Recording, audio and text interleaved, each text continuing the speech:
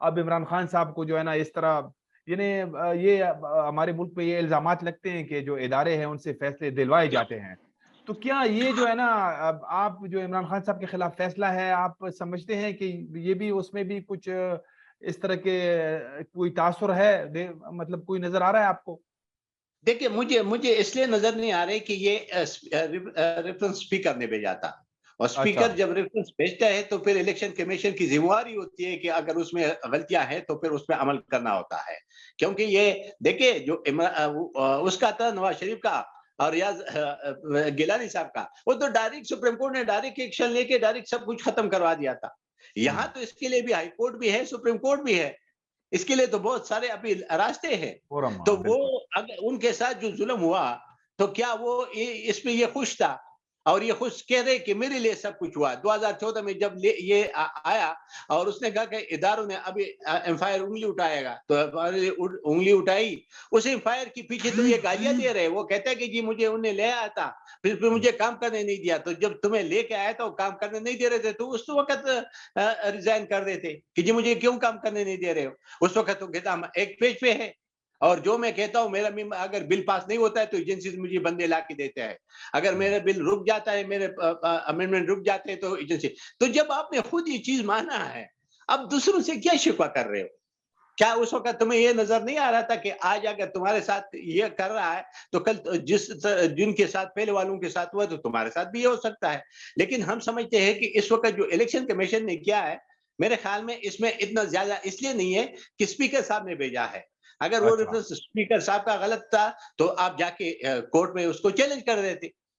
لیکن اس کا یہ مطلب جی، تھا کہ وہ صحیح تھا، کیونکہ اسپیکر کے پاس اختیار ہے اور چیئرمین کے پاس اختیار ہے کہ وہ ایک ممبر کے خلاف کوئی بھی وہ بیچ سکتا ہے، اور اسپیکر بھی خود پابندی بھی لگا سکتے کسی کو اندر آنے بھی نہ دے، یا چیئرمین، حالانکہ وہ اسی ہاؤس کے ممبر ہوتے ہیں، لیکن وہ اس کے پاس وہ اختیار ہوتا ہے کہ فار ٹائم اس کو نکال دیتے ممبرس کو اور کہتے کہ تمہیں بولنے نہیں دوں گا. تو یہ ہوتا ہے نا.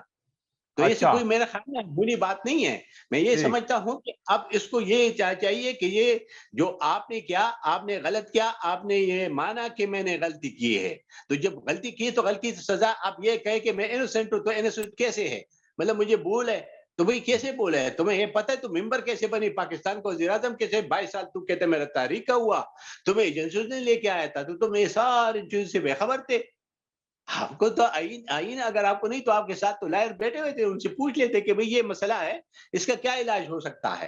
تو اگر ٹھیک، تم امین اور صادق ہماری نظروں میں نہیں ہو، ہوں، لیکن اگر تو سچا ہوتا تو جو چیز تو شاخانے سے خریدتا اور بیچتا وہ ڈکلیئر کر دیتا. تو تم نے ڈکلیئر نہیں کیا، اس کا مطلب ہے کہ تیرے اندر چوری ہے.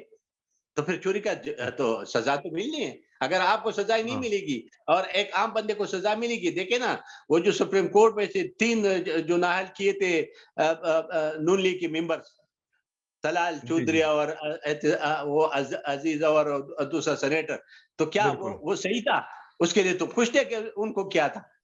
تو ہوں، یہ چیزیں تو ہوتے رہتے ہیں نا. پھر اس میں تو ایسی بات نہیں ہے. اور جہاں تم بلاک کرنے کی کوشش کرتے ہو، یہ دونوں حکومتیں تمہاری ہیں، تمہاری ذمہ داری ہے. ہوں، 18 امینڈمنٹ کے بعد ہر صوبے کا لینڈ ایٹر سچویشن کو مینٹین رکھنا اس صوبے کا کام ہے، وہ فیڈرل کا کام نہیں ہے. ہاں اگر اس اچھا، کو ضرورت ٹھیک، ہوتے، ہاں صحیح، اگر اس کو ضرورت ہوتے ہیں تو پھر وہ فیڈرل کو ریکویسٹ کرتے ہیں، پھر اپنے فورسز جو اس کی اختیار میں جو فورسز ہے وہ بھیجتے ہیں.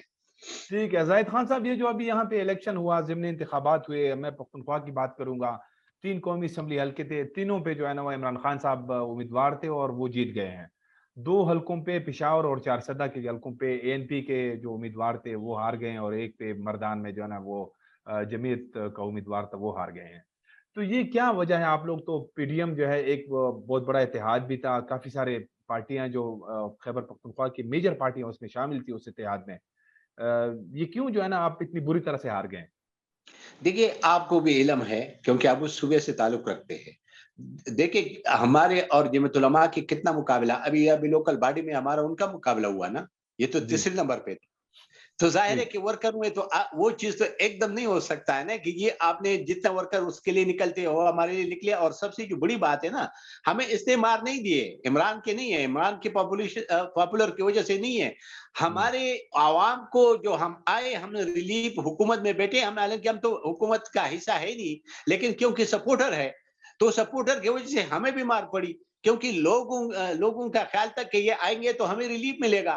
تو بجلی کا بل تو اور بڑھ گیا, گیس کا بل اور بڑھ گیا, اچھا پیٹرول کا بل اور بڑھ گیا, مہنگائی اور عروج پہ ہو گئی. تو پھر عوام کے رد عمل تو آتا ہے نا. یہ اس میں کہتا ہوں, میں اس میں عمران کو مینڈیٹ دینا میرے خیال میں یہ غلط ہے. یہ ضرور ہے کہ ہمیں عوام نے کیوں کہ عوام کے جو امیدیں تھی اس کولیشن گورنمنٹ سے کہ یہ ان کو ریلیف ملے گا, ریلیف ملنے کے بجائے, حالانکہ آپ نے یاد ہوگا کہ جب عمران خان حکومت میں بیٹھا تھا تو کتنے ضمنی الیکشن یہ ہار گئے تھے. یعنی بالکل پنجاب میں 11 کے الیکشن ہوئے تھے, 11 میں سے 9 تو یہ ہار چکا تھا. ہوں تو اس لیے یہ جو حکومت میں ہوتے ہیں وہ عوام کے رد عمل ہوتے ہیں, کیونکہ عوام کو چاہتے ہیں کہ اس کو ریلیف ملے. اگر آپ ریلیف نہیں ملتے تو اسی میں تو ہم بھی, حالانکہ ہمارا تو نہ کوئی وزیر ہے, نہ کوئی ایڈوائزر ہے, نہ کوئی ہمارا اور بھی اس مرکزی حکومت میں شیر ہے, لیکن چونکہ ہم اس کو سپورٹ کر رہے ہیں, اس سپورٹ کی وجہ سے عوام نکلے نہیں. نہ ہمارے کارکن بھی بہت سارے نہیں ہوں نکلے, ان کے بھی نہیں نکلے, پی ٹی آئی جی آئی کی بھی نہیں نکلے, مسلم لیگ نون کی بھی نہیں نکلے, اور جو آپ کا اپنا نمائندہ خود کھڑا ہو اس کے لیے تو آپ بہت زور لگاتے. ورنہ آپ مجھے بتا دیں مردان میں جو میئر ہے وہ کس نے جیتا ہے, پشاور میئر ہے وہ کس نے جیتا ہے, جسدہ کی تحصیلی ہوں کس نے جیتی ہے, مردان کی تحصیلی کس نے جیتی ہے جہاں پہ الیکشن ہوا ہے. تو ابھی تو 2 مہینے 3 مہینے پہلے وہ گزر چکی ہے نا. تو تو آپ جو ہے نہیں, ایک تو جو اتحاد ہے, مطلب ہمیں لگ رہا ہے کہ اتحاد جو ہے نا وہ مرکزی لیول پہ, جو قیادت کے لیول پہ تو اس میں ہم آہنگی تھی, لیکن نیشنل لیول پہ جو ہے نا وہ اس میں اس طرح کا نہیں تھا, ایکسیپٹ نہیں کیا کارکنوں نے. پھر آپ جی لوگوں نے یہ تو دیکھو, یہ تو لیڈروں نے نکالنا ہوتا ہے نا لوگوں کو. تو آپ جو آپ کی مطلب مردان 400 کی میں بات کروں, اور پشاور میں جو ہے نا حاجی صاحب کو تقریباً 26,000 ووٹ کو فرق جو ہے نا بڑا فرق ہے, 26,000 ووٹوں سے شکست آئی ہے. تو یہ آپ لوگوں کو, یہ جو آپ کے اتحادی تھے, انہوں نے ووٹ نہیں دیا یا وہ انہوں نے دلچسپی نہیں لی؟ نہیں, دیکھیں اگر آپ نے دیکھا ہوگا جو جنرل الیکشن میں اس کے حاجی صاحب نے بہت سارے کم ووٹ لیے تھے. اس دفعہ اچھا اس کی بھی, عمران خان کی بھی ووٹر اس طرح کے نہیں نکلا ہے جس طرح پہلے نکلا تھا. ہوں یا ابھی 400 میں جو کیا ہے, یہ بھی آپ کو پتہ ہے کہ اسفندیار خان صاحب کے 49,000 ووٹ تھے نا, ابھی اس کے 68,000 ووٹ ہے, تو 1000 ووٹ ہے. اسی طرح وہ مردان والا کا, تو یہ نہیں ہے, یہ اثر تو دونوں سائڈ پہ پڑے, لیکن ہمیں زیادہ اس لیے پڑ گیا کہ میں آپ کو یہ عرض کرنا چاہتا ہوں کہ چاہے ہمارے کارکن ہوں, چاہے جی آئی کے کارکن ہوں, مسلم لیگ کو, پیپل پارٹی کو, دیکھیں عوام تو ان سے یہ سوال کرتے ہیں کہ بھئی آپ کے آنے سے ہمیں کیا ملا, ہمیں کون سا رعایت مل گئی, ہمیں کون سی نوکریاں مل گئی, ہمیں کون سا روزگار ملا, ہمارا جو مہنگائی ہے اس میں کون سی کمی آئی. تو وہ ہمیں وہ اس نے دی ہے, مہنگائی نے ہمیں مار دیا ہے, عمران خان نے نہیں دیا ہے. ٹھیک. اچھا, یہ جو زاہد خان صاحب, یہ یہاں پہ آپ کو پتا ہے کہ جو ٹی ٹی پی ہے اس کے عملے بھی جاری ہے, اور اس کے جی ساتھ مذاکرات کے لیے کوششیں بھی جاری ہے. جو بیرسٹر سیف صاحب ہے, حکومت یا صوبائی حکومت کے ترجمان ہے, وہ صوبائی حکومت کے ترجمان ہے, لیکن وہ مذاکرات میں جو ہے نا ریاست کے نمائندے کے طور پہ وہ شرکت کرتے آئے ہیں. تو اب وہ ریاست کے نمائندے کے طور پہ طالبان سے اب وہ ان کو اپیلیں کر رہے ہیں کہ آپ جو ہے نا وہ حملے نہ کریں, آپ جو ہے نا یہ یہاں پہ نہ آئیں. تو یہ اس کو آپ کیا کہیں گے؟ دیکھیں جی, یہ مذاق کر رہے قوم کے ساتھ, اچھا. کیونکہ وہ ریاست کا ہے, لیکن اسپوکس مین تو صوبائی حکومت کا ہے. صوبائی ہوں حکومت اس سے کیوں اپنے آپ کو نجات دلاتے ہیں, اس سے کیوں اپنے پہلو طے کرتے ہیں اور کہتے ہیں کہ ہمارا نہیں ہے. یہ اسپوکس مین تو اس کا ہے. اگر ریاست نے اسپوکس مین اپنا مقرر کیا ہوتا تو پھر تو صوبے کا اسپوکس مین نہیں تھا. یہ بالکل آپ صحیح کہہ رہے. ایک بندہ کہتے کہ جی خدا رہا آپ واپس چلے جائے, جب ہوں تم ان کے ساتھ مذاکرات کرتے رہے تو اس میں تم نے کیا مذاکرات میں کیا معاہدہ کیا, وہ قوم کو بتا دو.